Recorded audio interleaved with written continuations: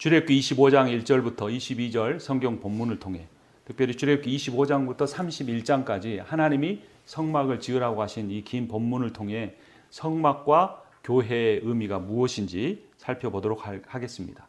여러분, 교회가 무엇일까요? 우리가 머리로는 잘 알고 있지만 한 문장으로 정리하려면 참 쉽지 않습니다. 제가 이렇게 정리해 봤습니다. 하나님과 사람을 구원하여 사랑하는 자녀 삼으시고 영원토록 즐거워하시며 교제하는 공동체이다 라는 것입니다. 교회의 기원은 그러면 뭘까요? 우리는 교회의 기원이 성전이라고 생각하는데 아닙니다. 바로 오늘 본문의 주제인 성막입니다. 성전은 다윗이 자기 가문을 왕가를 주변 나라들처럼 강하게 하기 위해 짓기를 원했습니다. 다윗의 아들 솔로몬이 다윗의 친구 히람 왕의 도움을 받아 이방 신전과 성막을 혼합하여 만든 것이 성전입니다. 그러나 성막은 하나님께서 처음부터 끝까지 설계도를 주시고 짓는 방법, 심지어 재료까지 하나하나 알려주셨고 모세와 백성들은 그대로 성막을 따라서 지었습니다. 이 성막의 기원은 뭘까요? 그것은 에덴 동산입니다. 하나님께서 사랑하시고 영원토록 교제하기 위해서 인간을 창조하셨습니다. 그리고 이 온 우주를 먼저 창조하신 뒤에 그 우주의 중앙에 에덴 동산을 만드셨고 그곳에서 하나님이 아담과 하와를 만나고 말씀하시고 교제하셨습니다. 아담과 하와가 타락했죠. 그래서 에덴 동산에서 쫓겨났습니다. 쫓겨나기 전에 하나님이 가죽옷을 지어 입히시며 그들을 구원하시고 회복시켜 주실 것을 약속하셨습니다. 그 약속이 이루어진 첫 번째 증거가 바로 성막입니다. 왜냐하면 성막에서 하나님이 죄인인 인간들을 만나주시고 교제하셨기 때문입니다. 아담의 후손인 하나님의 아들들이 사람들의 딸들과 혼인하여 또 죄를 지었습니다. 하나님께서 그들을 심판하시기 전에 방주를 지어 노아와 그 가족 8명을 구원하셨습니다. 하나님이 살려주신 노아의 후손 8명은 또다시 흩어져서 시날 평지에 바벨탑을 짓고 그 꼭대기를 하나님의 위치에 오르게 하려고 했습니다. 하나님은 그들의 언어를 혼잡하게 하시고 온 땅에 흩어버리셨습니다. 이대로 구원 역사가 끝나는 것처럼 보였습니다. 그때 하나님이 아브라함을 선택하시고 구원을 약속하셨습니다. 아브라함이 이삭을 낳고 이삭이 야곱을 낳았습니다. 야곱이 12아들을 낳았습니다. 이 야곱이 약속의 땅 가나안을 떠나면서 광야에서 돌베개를 베고 잤습니다. 형에게 쫓기면서 짐승의 위협 가운데 두려워 떨며 자는데 하나님의 천사들이 사닥다리를 타고 내려왔다 올라가는 것을 봤습니다. 잠에서 깨어 자기가 베고 잤던 그 돌에 기름을 붓고 이곳은 베델이다, 하나님의 집이다 선포했습니다. 이제까지 아버지 이삭과 할아버지 아브라함에게 말로만 들었던 하나님을 직접 만난 것입니다. 그래서 자신의 인생을 하나님께 헌신하겠다고 약속했고 나를 무사히 돌아오게 해주시면 하나님만 섬기겠다고 그가 서원했습니다. 하나님께서 야곱을 4명의 아내를 주고 12명의 아들들을 주어 다시 그 땅으로 돌아오게 하실 때 야복강에서 야곱을 만나 씨름하시고 그를 이기셨습니다. 그리고 그에게 이스라엘이라는 새 이름을 주시고 그의 아들들로 인하여 이스라엘이라는 민족을 이루게 하셨습니다. 야곱과 12아들들과 손자들이 애굽에 들어갔고 400년을 지나며 생육하고 번성했습니다. 하나님 나라의 씨인 후손이 준비된 것입니다. 하나님은 그때 모세를 택하여 그들을 애굽 왕으로부터 구출해 내셨습니다. 그리고 그 수많은 백성을 200만 명이나 되는 백성을 시내 산으로 옮기게 하시고 그들에게 하나님 나라의 법인 십계명과 율법을 주셨습니다. 하나님은 그 시내 산에서 이스라엘을 신부 삼으셨습니다. 이스라엘을 하나님의 신랑으로 맞이하게 됐습니다. 모세를 주례자로 세워 신부 이스라엘은 하나님만 사랑하고 우상을 섬기지 않겠는가? 네라고 대답했습니다. 하나님도 이스라엘을 신부로 맞아 그들을 보호하고 지키고 인도해 주시겠다고 약속하셨습니다. 이제 신랑과 신부가 됐습니다. 신랑과 신부가 함께 살 집이 필요한데 그 집으로 에덴 동산을 원형으로 한 성막이 지어지게 됐습니다. 이 성막은 성전과 달리 사람의 생각이 전혀 들어가지 않은 완전히 하나님의 뜻과 계획에 따라서만 짓게 지어졌습니다. 오늘 본문인 출애굽기 25장을 보도록 하겠습니다. 25장 8절을 제가 읽고 9절을 함께 읽겠습니다. 내가 그들 가운데 머물 수 있도록 그들에게 내가 머물 성소를 지으라고 하여라. 내가 너에게 보여주는 모양과 똑같은 모양으로 성막과 거기에서 쓸 모든 기구를 만들어라. 성막은 아주 작습니다. 하지만 우주보다 크신 그 위대한 하나님이 임재하셔서 온 우주 가운데 가장 거룩한 장소가 되었습니다. 이 하나님의 거룩하신 임재를 상징하는 도구가 있는데 그것이 바로 언약궤입니다. 그래서 성막의 기구들을 설명하면서 가장 먼저 나오는 것이 언약궤입니다. 출애굽기 25장 10절을 제가 읽고 11절을 함께 봅니다. 아카시아 나무로 길이가 2자 반, 너비가 1자 반, 높이가 1자 반 나가는 궤를 만들어라. 순금으로 그 안팎을 입히고 그 둘레에는 금태를 둘러라. 22절도 함께 읽겠습니다. 내가 거기에서 너를 만나겠다. 내가 속죄판 위 증거궤 위에 있는 두 그룹 사이에서 이스라엘 자손에게 명할 모든 말을 너에게 일러주겠다. PPT를 보도록 하겠습니다. 자, 뭐가 보이십니까? 언약궤가 보이죠. 법궤라고도 하고 증거궤라고도 합니다. 그 언약궤 뚜껑 위에 이 그룹이라고 하는 두 천사가 얼굴을 마주보며 있습니다. 성막의 가장 거룩한 장소인 지성소에 놓이게 될 언약궤가 하나님의 임재를 상징했습니다. 그래서 성막의 핵심이 뭐냐? 교회의 핵심이 뭐냐? 하나님의 임재입니다. 우리가 요즘에 예배 시작할 때마다 드리는 그 찬양, 나를 하나님의 진정한 예배자가 되겠다고 하는 것, 그 핵심에는 하나님의 임재를 사모하는 마음이 있습니다. 여러분, 예배를 설교자에게 빼앗겨서는 안 됩니다. 예배의 중심을 찬양대에게 빼앗겨서는 안 됩니다. 예배의 핵심은 처음부터 끝까지 하나님이십니다. 예배가 끝나고 난 뒤에 누릴 성도의 교제 이전에 하나님의 임재를 사모하는 간절한 마음이 우리들 가운데 있어야 합니다. 회복돼야 합니다. 신부가 신랑을 사랑하는 마음은 너무나 당연하듯이 신부 교회인 우리가 신랑이신 예수 그리스도를 사모하는 공동체가 돼야 합니다. 왜 우리가 모였는가? 우리를 위하여 죽으신 예수 그리스도 그 신랑 때문에 모인 것입니다. 하나님의 임재를 상징하는 그룹이 있는 언약궤 다음으로 소개되는 것은 하나님의 떡상입니다. 출애굽기 25장 23절을 제가 읽고 24절 같이 읽습니다. 아카시아 나무로 길이가 2자 반, 너비가 1자, 높이가 1자 반인 상을 만들어서 순금으로 입히고 둘레에는 금태를 둘러라. 30절도 같이 읽습니다. 그 상은 언약궤 앞에 놓고 상 위에는 나에게 바치는 거룩한 빵을 항상 놓아두도록 하여라. PPT를 보도록 하겠습니다. 자, 뭐가 보이십니까? 그 한 상 위에 떡이 있죠. 두 무더기가 있습니다. 한쪽에 6개, 또 한쪽에 6개. 그래서 총 12개의 떡이 있습니다. 이 떡상은 말씀을 의미합니다. 이 성막이 신혼집이라 그랬죠. 그러면 신부인 이스라엘과 신랑 하나님이 만나서 뭐 하겠습니까? 신랑 신부가 만나서 밥 지어서 서로 먹는 겁니다. 아름다운 식탁 교제입니다. 하나님의 주권을 인정하여 그분의 뜻을 묻고 그분의 지혜의 말씀을 듣고 먹고 순종하는 거룩한 식탁입니다. 이 떡상이 하나님의 말씀을 상징하는데 떡과 말씀이 다 예수 그리스도를 의미합니다. 요한복음 6장 35절을 보면 예수께서 그들에게 말씀하셨다. 내가 생명의 떡이다. 내게로 오는 사람은 결코 줄이지 않을 것이요 나를 믿는 사람은 다시는 목마르지 않을 것이다. 또 누가복음 22장 19절에서 이렇게 말씀하십니다. 예수께서는 또 떡을 들어서 감사를 드리신 다음에 떼어서 그들에게 주시고 말씀하셨다. 이것은 너희를 위하여 주는 내 몸이다. 이것을 행하여 나를 기억하여라. 그 다음에 등잔대가 등장합니다. 24시간 불이 켜져 있어야 했습니다. 다음 PPT를 보도록 하겠습니다.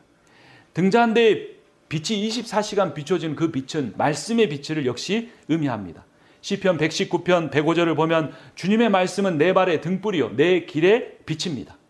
어떻게 살아야 할지 고민이 되십니까? 세상이 갈수록 혼란해지는데 지혜가 부족한 것처럼 여겨집니까? 하나님의 말씀을 들어보십시오. 어둡게 보이던 세상 가운데 내가 나가야 할 그 길이 빛으로, 말씀의 빛으로 비춰질 것입니다. 이 세상의 빛 역시 예수 그리스도를 의미합니다. 요한복음 8장 12절에서 예수께서 다시 그들에게 말씀하셨다. 나는 세상의 빛이다. 나를 따르는 사람은 어둠 속에 다니지 않고 생명의 빛을 얻을 것이다. 그리고 나서 이제 하나님은 성막 전체의 그림을 보여주십니다. 출애굽기 26장으로 갑니다. 다음 장입니다. 1절부터 3절까지 교대로 읽습니다. 열폭으로 성막을 만들어라. 그 전에 그 천은 가늘게 꼰 모시실과 청색실과 자주색실과 홍색실로 그룹을 정교하게 수놓아 짠 것이라야 한다. 각 폭의 길이는 28자로 하고 너비는 넉 자로 하되 폭마다 그 치수를 모두 같게 하여야 한다. 함께 읽습니다. 먼저 5폭을 옆으로 나란히 이어 한 벌을 만들고 또 다른 5폭도 옆으로 나란히 이어 한 벌을 만들어야 한다. 그림으로 한번 보죠. 성막 전체가 보이십니까?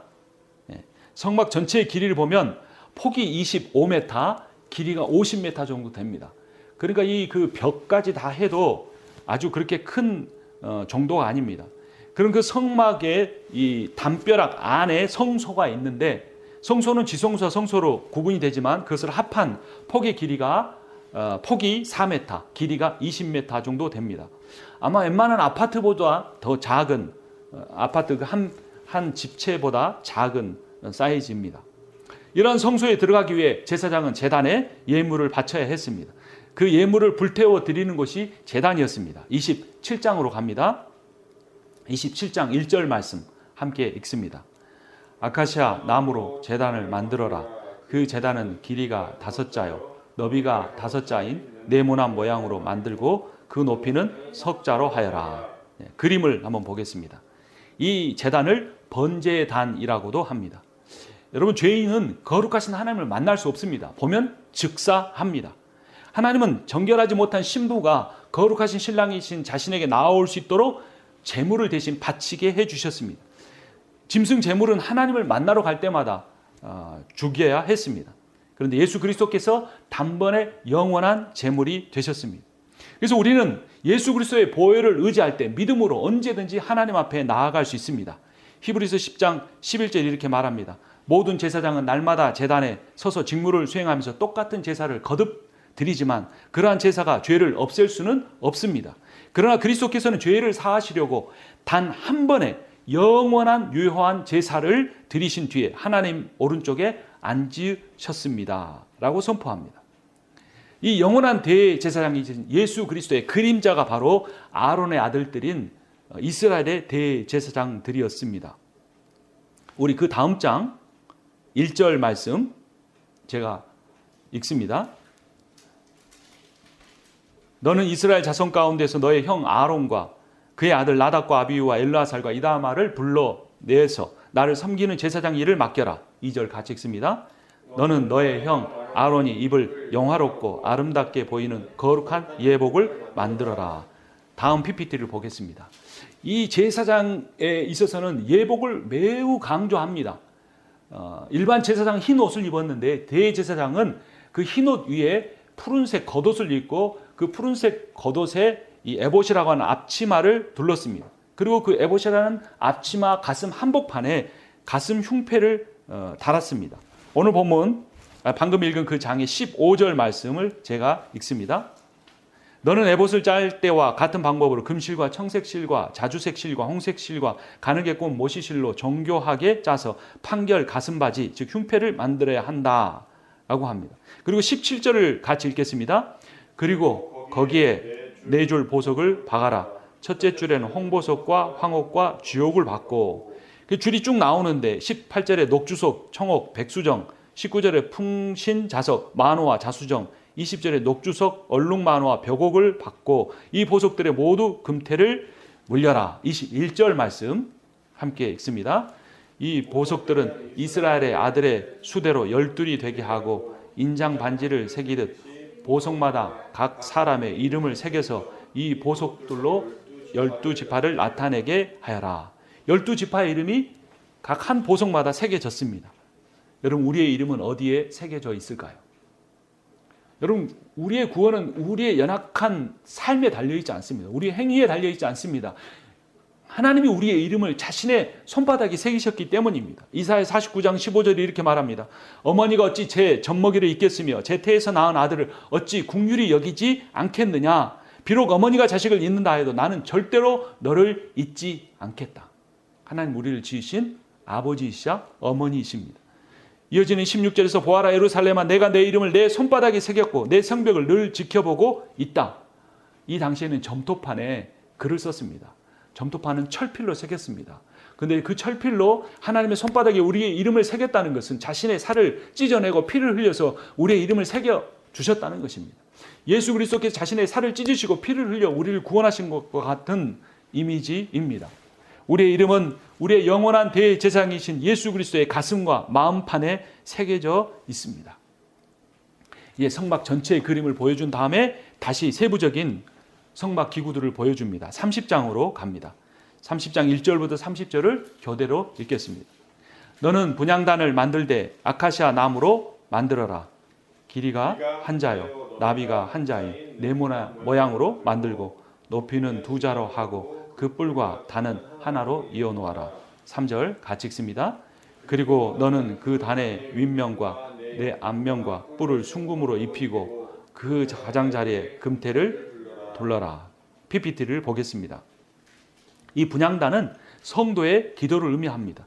여기에 향을 피워서 올려드리는 것은 이스라엘의 모든 기도 제목을 모아 대제사장이 하나님 앞에 올려드리는 겁니다. 그런데 성경이 거의 첫 부분에 해당되는 출애굽기 30장에서 나온 이 기도의 향연이 성경의 마지막 책인 계시록 8장 3절에서 이렇게 선포됩니다. 또 다른 천사가 와서 금향로를 들고 제단에 섰습니다. 그는 모든 성도의 기도에 향을 더해서 보좌 앞 금제단에 드리려고 많은 향을 받았습니다. 그래서 향의 연기가 성도들의 기도와 함께 천사의 손으로부터 하나님 앞으로 올라갔습니다. 그 뒤에 그 천사가 향로를 가져다가 거기에 제단불을 가득 채워서 땅에 던지니 천둥과 열한한 소리와 번개와 지진이 일어났습니다. 여러분, 이 온 우주가 세상이 어떻게 움직여질까요? 하나님이 움직이십니다. 근데 누구의 무엇을 통해 움직여집니까? 성도의 기도를 통하여 움직여집니다. 우리가 기도할 때 하나님이 반드시 응답하실 것입니다. 그 다음에 물두멍이 소개됩니다. 30장 18절부터 20절까지 교대로 읽습니다. 너는 물두멍과 그 받침을 놋쇠로 만들어서 씻는 데 쓰게 하여라. 너는 그것을 회막과 제단 사이에 놓고 거기에 물을 담아라. 아론과 그의 아들들이 그 물로 그들의 손과 발을 씻을 것이다. 같이 읽습니다. 그들이 회막에 들어갈 때에는 물로 씻어야 죽지 않는다. 그들이 나 주에게 제물을 살라 바치려고 제단으로 가까이 나아갈 때에도 그렇게 해야 한다. PPT를 봅니다. 커다란 물두멍이고 물이 가득 채워져 있습니다.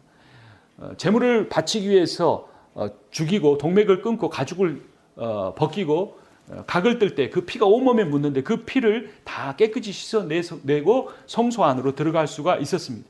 이 성막의 물두멍은 신부가 거룩하신 하나님을 만나기 위해 정결하게 자기 몸을 씻는 것을 상징했습니다.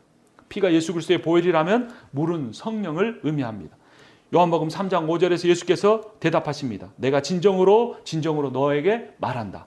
누구든지 물과 성령으로 나지 아니하면 하나님 나라에 들어갈 수가 없다. 이렇게 성막의 전체 모습, 앞과 뒤에 성막의 기구들을 설명하면 그 모든 것들이 예수 그리스도와 성령을 상징한다는 것을 알 수 있습니다. 그리고 성령의 역사는 그 하나님의 말씀에 따라 성막을 짓는 과정 내내 이루어졌습니다.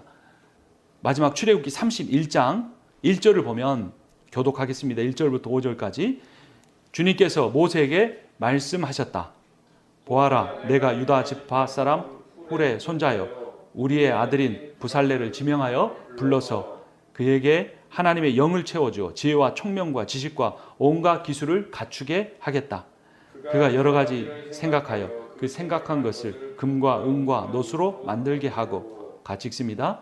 온갖 기술을 발휘하여 보석을 깎아내는 일과 나무를 조각하는 일을 하게 하겠다. 오홀리압과 부살렐은 최고의 기술자였습니다. 그러나 그들의 기술로만 성막을 지을 수 없었습니다. 하나님의 영이 그들에게 충만하게 역사할 때에 그들이 하나님의 말씀대로 똑같이 성막을 지을 수가 있었습니다. 하나님은 여러분을 사랑하시고 여러분에게 은사를 주셨습니다. 여러분은 여러분 자체로 존귀한 사람들입니다. 하나님이 쓰시기에 충분한 자질을 그 안에 담아두셨습니다. 근데 그것을 어떻게 해야 발휘될 수 있는가? 내가 성령을 의지할 때 하나님이 내게 미리 부어주신 지식과 지혜와 은사를 발휘해서 하나님의 교회를 섬기고 세상 가운데서도 어느 누구에게도 뒤처지지 않는 그러한 하나님의 사람으로 쓰임 받을 수가 있습니다. 이렇게 하나님의 말씀과 성령을 따라 지어진 성막은 하늘과 땅을 잇는 영적인 다리가 되었습니다. 이 성막이 예수 그리스도의 십자가와 부활을 통해 성취되었고 승천하신 예수께서 보내신 성령의 역사로 교회가 되었습니다. 이제 출애굽기를 덮어놓고 사도행전 2장으로 가보겠습니다. 복음서 다음에 사도행전 2장 1절을 제가 먼저 읽습니다. 오순절이 되어서 그들은 모두 한 곳에 모여 있었다. 4절입니다. 그들은 모두 성령으로 충만하게 되어서 성령이 시키는 대로 각각 방언으로 말하기 시작하였다. 38절부터 41절까지 교독합니다. 베드로가 대답하였다. 회개하십시오. 그리고 여러분 각 사람은 예수 그리스도의 이름으로 세례를 받고 죄 용서를 받으십시오. 그리하면 성령을 선물로 받을 것입니다. 이 약속은 여러분과 여러분의 자녀와 또 멀리 떨어져 있는 모든 사람, 곧 우리 주 하나님께서 부르시는 모든 사람에게 주신 것입니다. 베드로는 이 밖에도 많은 말로 증언하고 비뚤어진 세대에서 구원을 받으라고 그들에게 권하였다. 그의 말을 받아들인 사람들은 세례를 받았다. 이렇게 해서 그날의 신도의 수가 약 3,000명이나 늘어났다. 그들이 초대교회가 되었습니다. 신부 이스라엘이 성막에서 하나님과 교제했던 것처럼, 성령의 역사로 성막이 지어졌던 것처럼 이제는 교회가 성령의 역사의 신부가 되어 하나님을 만나고 예배하고 성도들이 함께 교제하게 된 것입니다. 42절부터 47절까지 교독합니다. 그들은 사도들의 가르침에 몰두하여 서로 사귀는 일과 빵을 떼는 일과 기도에 힘썼다. 모든 사람에게 두려운 마음이 생겼다. 사도들을 통하여 놀라운 일과 표징이 많이 일어났던 것이다. 믿는 사람은 모두 함께 지내며 모든 것을 공동으로 소유하였다. 그들은 재산과 소유물을 팔아서 모든 사람에게 필요한 대로 나누어 주었다. 그리고 날마다 한 마음으로 성전에 열심히 모이고 집집이 돌아가면서 빵을 떼며 순전한 마음으로 기쁘게 음식을 먹고 하나님을 찬양하였다. 그래서 그들은 모든 사람에게 호감을 샀다. 주님께서는 구원받는 사람을 날마다 더하여 주셨다.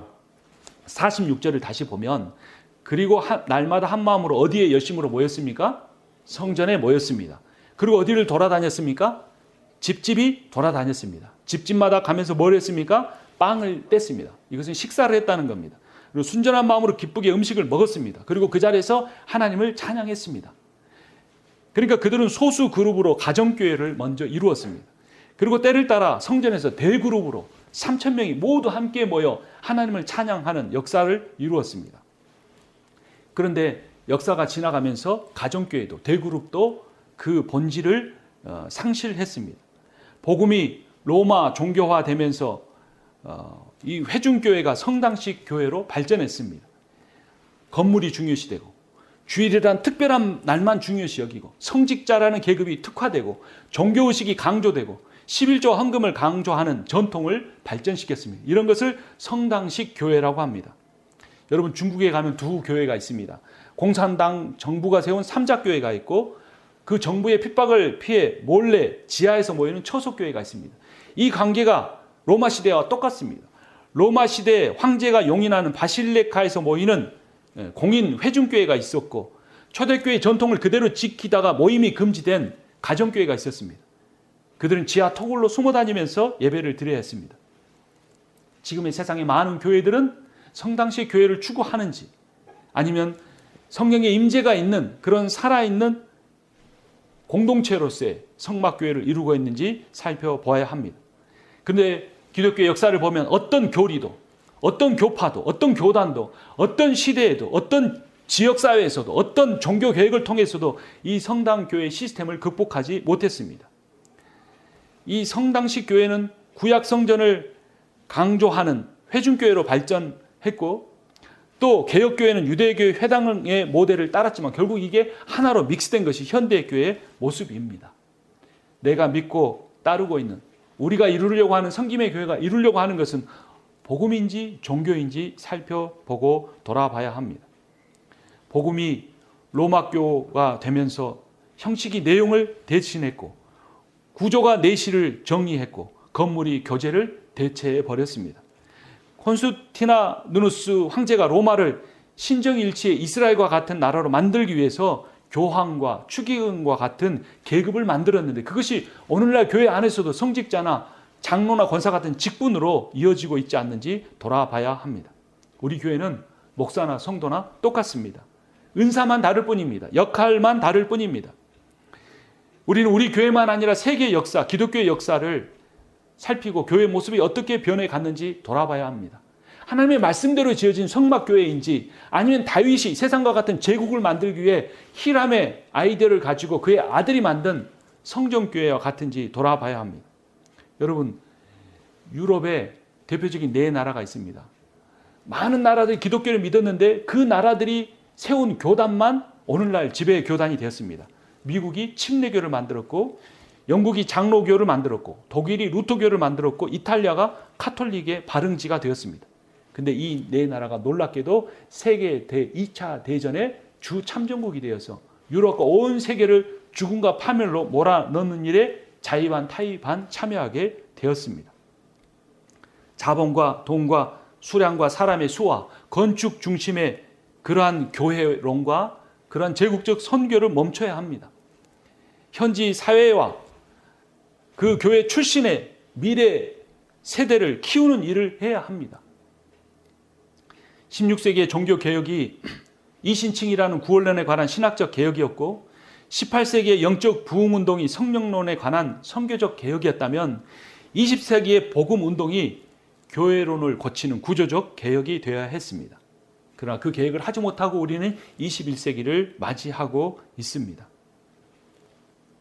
그렇다면 우리가 다시 한번 복음운동, 성경적 교회론 운동을 통해서 이루어야 할 일은 무엇이고 그 일을 어떻게 해야 이룰 수가 있을까요? 그 준비에서 가장 중요한 것은 오늘 성막 공부를 통해서 본 것처럼 주님의 말씀의 떡과 기도의 향연입니다. 하나님이 우리의 기도에 모두 다 응답하시는 건 아니지만 우리가 기도하지 않는 내용을 통하여 일하지는 않으십니다. 그런데 우리는 어떤 것이 하나님의 뜻인지 모릅니다. 그래서 날마다 성실하게 살고 모든 일에 기도를 하며 하나님의 뜻을 분별하려고 애써야 합니다.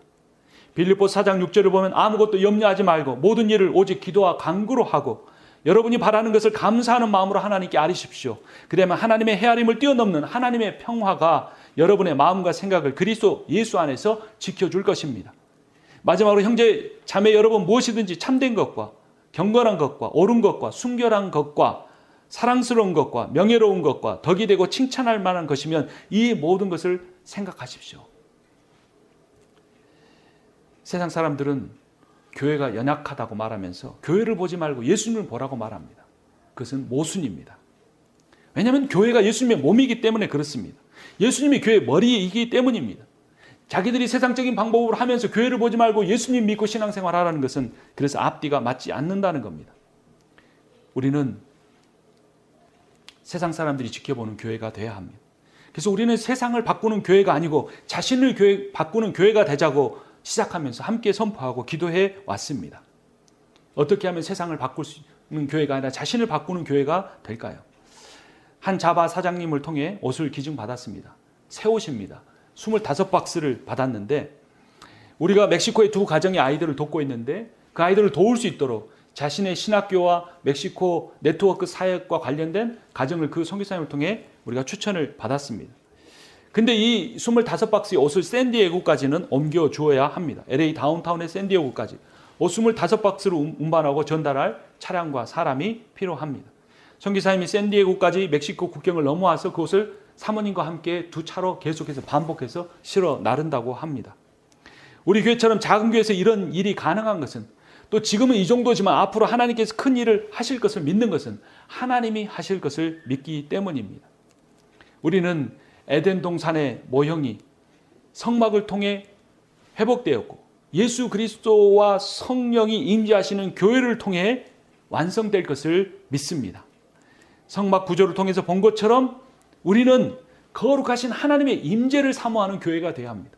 그래서 하나님이 일부러 성막을 초라하게 지으신 겁니다. 어떤 종교에도 내세울 만한 그냥 천막 하나 세워놓고 여기 하나님 임재하신 이유가 건물을 보지 말고 온 우주의 창조자이시고 온 세상의 구원자이신 하나님의 임재를 바라보라는 의미가 거기에 있는 겁니다.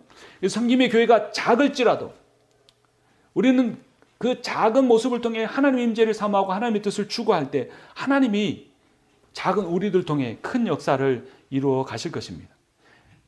말씀의 떡을 사모하고 말씀의 빛을 비추는 교회가 되기를 원합니다. 금양단의 기도를 하늘로 올리는 교회가 되기를 원합니다. 이 모든 일에 그리고 영광을 교회의 머리 되시고 성막의 원형이신 예수 그리스도께 돌리기를 원합니다. 우리는 예배당 중심이 아닌 가정 중심의 교회가 될 것입니다. 신학 전문가, 목회 전문가 중심에서 가장 중심의 교회가 될 것입니다. 종교 모임 중심에서 일상과 가정의 일을 중심으로 하는 교회가 될 것입니다. 우리 교회만 그런 모범적인 교회가 되려고 하지 않고 우리처럼 작은 교회와 이러한 하나님의 말씀의 비전을 나누고 작은 교회들이 연합하는 그러한 일들을 추진할 겁니다. 그럴 때 초대교회가 가정마다 떡을 떼며 모여서 하나님을 찬양했지만 그들이 수천 명이 성전에 모여 찬양하는 것처럼 그 작은 교회들이 큰 교회가 되는 것이 아니라 작은 교회들이 연합하여 함께 모여 하나님을 온전하게 찬양할 때 하나님의 역사가 더 크게 나타날 것입니다. 교회가 상생하지 않고 경쟁하면 세상에는 더 이상 소망이 없습니다. 재정이나 숫자나 건물 중심이 아닌 말씀과 가정과 섬김과 기도가 중심이 된 그러한 작은 교회들을 우리가 세워가기를 원합니다. 그리고 온 열방의 선교의 사역을 통해 그런 교회들을 세워가며 그 교회들이 연합하여 하나님을 찬양할 때 주님이 마지막 승천하시면 하신 말씀처럼 너희는 모든 족속에 가 아버지 아들과 성령의 이름으로 세례를 주고 내가 너에게 분부한 가르친 모든 것을 가르쳐 지키게 하라고 한 그 말씀을 실천하게 될 것입니다. 여러분, 우리는 그리스도인이고 그리스도인은 새로운 피조물입니다. 과거 완료가 아니라 현재 진행형입니다. 그래서 날마다 조금씩이라도 새롭게 되기를 원합니다. 날마다 아주 작은 일이라도 선한 일을 하기를 원합니다. 그런 일을 할 때 어느 날 갑자기 우리를 위하여 십자가에 죽고 부활하신 예수 그리스도께서 도적같이 오실 것입니다. 그때 오시어 우리에게 착하고 충성된 종이라 칭찬하시고 이 세상을 새하늘과 새 땅으로 바꾸시고 이곳에서 우리가 영원토록 에덴 동산보다 더 아름다운 하나님의 나라를 이루시고 우리가 영원토록 교제하실 것입니다. 그런 나라를 바라보며 매일매일 자신에게 주어진 일을 성실하게 감당하고 일상에 충실하며 가정을 교회로 바꾸어가는 그 가정이 모여 아름다운 교회를 이루어가는 여러분과 제가 되기를, 섬김의 교회가 되기를, 또 많은 교회가 그렇게 되기를 주님의 이름으로 축원합니다.